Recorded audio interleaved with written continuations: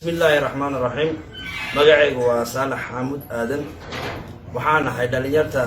reer Dhaba hadaba waxaan rabaa inaan maalmahanba arin maaragtay tolkay ciise weyne aan ka dhashay dhax socotay oo maaragtay dib fara badan oo ummad idil oo ciise aan maaragtay maanta ay haysato ibtaas oo nagu soo food saartay ayaan maaragtay inaan arrimo ka taataabto ka hadlaan rabo maanta bishu waa sabti afar bishii 12aad 2021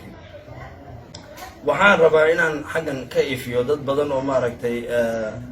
baraha bulshada xitaa ka hadla jiro oo wax badan isku laaqay oo xeerkiina xaba ku ogeyn oo meelo kale u nasbeeyo maaragtay arrimahan maanta ka taagan beesheeda dhaxdiisa arrintaas oo maaragtay in idilba socotay waxaan meesha ka dhaxbaxay dadkii xarbeegtiga ahaa ee xeerka aqooni odayadii xeerka gorfeyn jiray ee falanqeyn jiray ee qodob maaragtay u ogaa ee xabadsan ayaa meesha ka dhaxbaxay mar haddii xarbeegti la waayna waxaa maaragtay daryeel iyo dabar ee xeerku maaragtay lahaa daryeelku waa xeerka maaragtay in la daryeelo oo la ilaaliyo ahayd dabarkuna waxa weeyaan in maaragtay uu qofka qabto oo dabar u noqdo labadaas maaragtay meesha ka baxay labada meesha hadii kor ka baxdana waxa imanaysa in maaragtay kabti orange kab dhaxaye iyo meesha ka dhaxbaxaysa hadaba kab dhaxaye hadii loo ay maxaa imanaya in uu maaragtay boqorku ku tagado furo sidii uu rabo xeerkii uu ku tuntay iyo imanaysa hadaba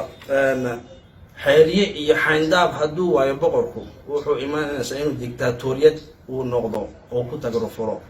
saldanada uu hayo ama meesha loo igmaday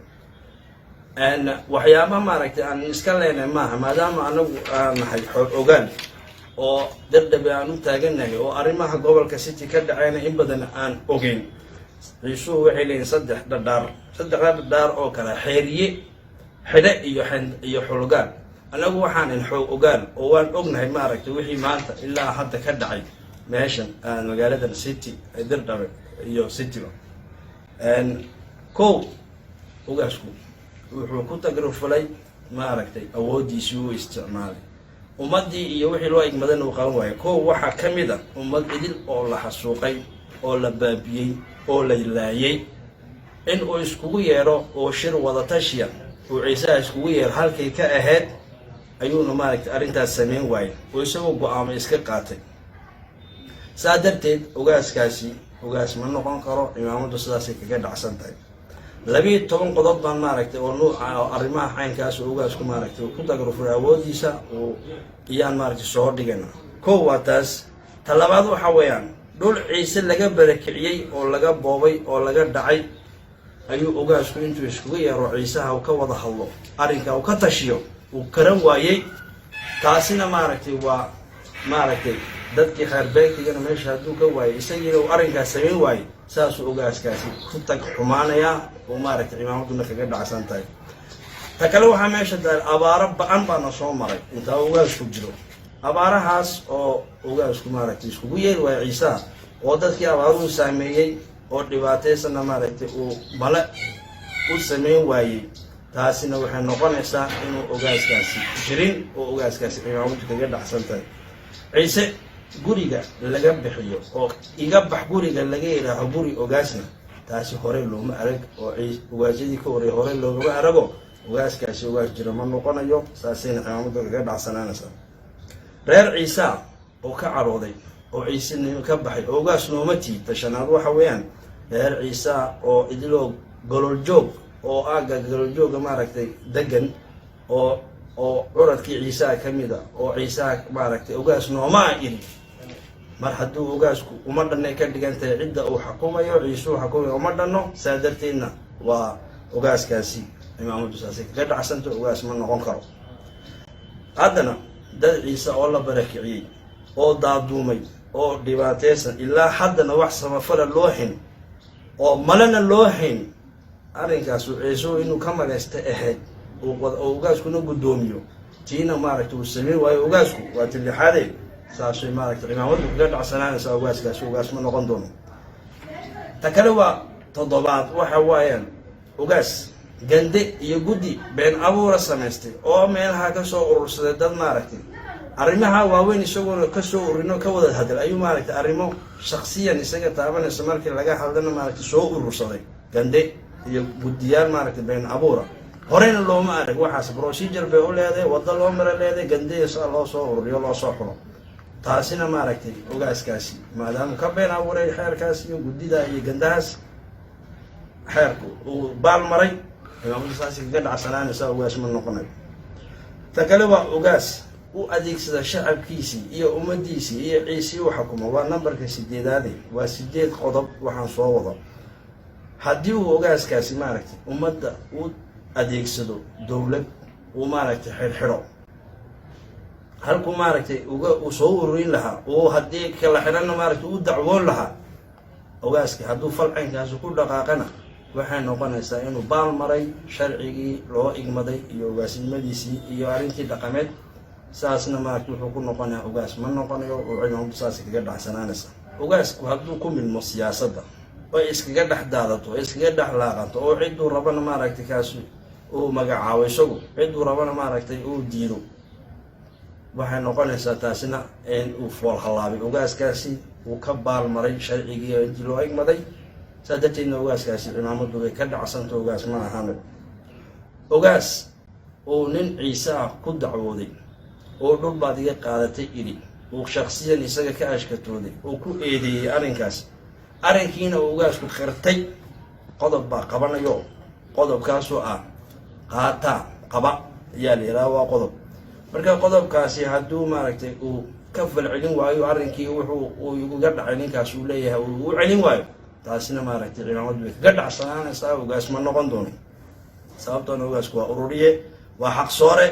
waa maaragtay inuu ummadiisa uu hagar baxo ay ahaan lahayd isagii hadduu dib maaragtay u boobay waa cimaamadu saasay kaga dhacsanaanaysaa ogaas ciise kala qaybiya lama arag ina soo dhawaysta ina eryada horey looma arag ogaasadii hore ururiyay ahaayeen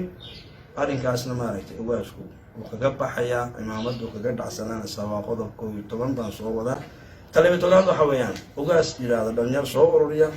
oo yiraahdo hotel ku maczuuma oo kharash kuga bixiya waxa ku baxday 300 kun kharashka abal baan lagu bixinay oo maaragtay idifaaca darteed arrintaasina maaragtay waa ceeb weyn taasina ogaaskaasi uu kaga dhacsanaanay cimaamadu ogaasna uma ahaanayo ummadda ma midayn kale noqonaysa qodobka ugu dambeeyo aan sheegayo dhalinyartaa soo ururiyey oo hotel ku ururiyey oo maaragtay midnimo iyo waxaas midnimo kamay shaqaynayn ee waxay ahayd annagaa toos ugu tagnay dhalinyartii